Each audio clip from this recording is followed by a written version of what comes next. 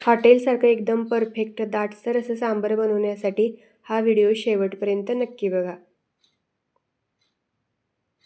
त्यासाठी काय करायचं तर इथे मी 2 वांगी, 2 बटाटे, 3 टोमॅटो, त्याचबरोबर अर्धा दुधी भोपळा, शेवग्याच्या शेंगा 3 आणि गाजर घेतलेला आहे। आता काय करायचं, सगळ्यात आधी आपल्याला वांगी आणि टोमॅटो कट करून घ्यायचे आहेत। मोठे मोठे पीस करून घ्यायचे, कारण नंतर ते आपल्याला स्मॅश करून घ्यायचे आहेत। त्यासाठी वांगी टोमॅटो कट करून झाले की काय करायचं, दुधी भोपळा, गाजर आणि बटाट्याची वरची साल आपल्याला काढून घ्यायची आणि ते पण मोठ्या मोठ्या पीसमध्ये आपल्याला कट करून घ्यायचे आहेत।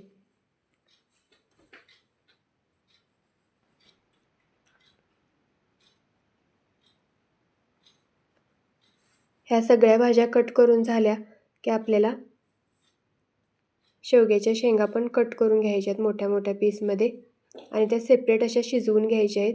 जर ह्या भाज्यांमध्ये आपण जर त्या शिजायला टाकल्या तर त्या एकदम गिर होतात। त्यासाठी काय करायचं, एका पातेल्यामध्ये थोडंसं पाणी घ्यायचं, त्याच्यामध्ये आपल्याला ह्या शेंगा मीठ टाकून शिजवून घ्यायच्या आहेत।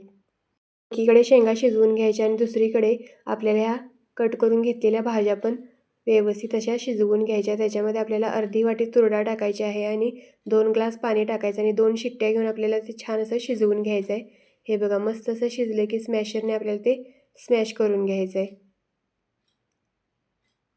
व्यवस्थित असं स्मॅश करून झालं की शिजलेल्या शेंगा पण आपल्याला त्याच्यामध्ये अशा घालून घ्यायच्या आहेत। आता काय करायचं तर एक पातेलं गॅसवर ठेवायचं, त्याच्यामध्ये 2 चमचे तेल टाकायचं, त्याच्यामध्ये 1 चमचा मोहरी, 1 चमचा जिरे टाकायचं। ते व्यवस्थित तडतडले की त्याच्यामध्ये एक मोठा कांदा बारीक चिरलेला आणि कढीपत्ता टाकायचा आणि ते 2-3 मिनटं परतवून घ्यायचं। आता त्याच्यामध्ये आपल्याला 1 चमचा आले लसणाची पेस्ट टाकायची आणि तेही व्यवस्थित असं परतवून घ्यायचं। हे परतलं की त्याच्यामध्येच आपल्याला पाव चमचा हिंग आणि अर्धा चमचा हळद टाकायची। आधी हळद टाकल्यामुळे सांबारला छान असा कलर येतो। आता ह्या शिजवलेल्या ज्या भाज्या आहेत त्या त्याच्यामध्ये टाकायच्या आहेत आणि गरजेनुसार थोडंसं पाणी घालायचं, जास्त पातळ सांबार बनवायचं नाही। त्याचबरोबर चवीप्रमाणे लाल तिखट आणि मीठ टाकायचं। त्याचबरोबर एव्हरेस्टचा सांबार मसाला 1 पाकीट टाकलेला आहे मी याच्यामध्ये आणि याला छान अशी उकळी येऊ द्यायची। उकळी आली की ह्याच्यामध्ये बारीक चिरलेली कोथिंबीर टाकायची। इथं मस्त दाटसर आणि हॉटेलपेक्षा पण भारी असं सांबार आपलं तयार आहे।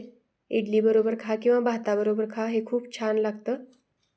या पद्धतीने करून बघा आणि जर रेसिपी आपली आवडली असेल तर चॅनलला लाईक, शेअर आणि सबस्क्राईब नक्की करा। धन्यवाद।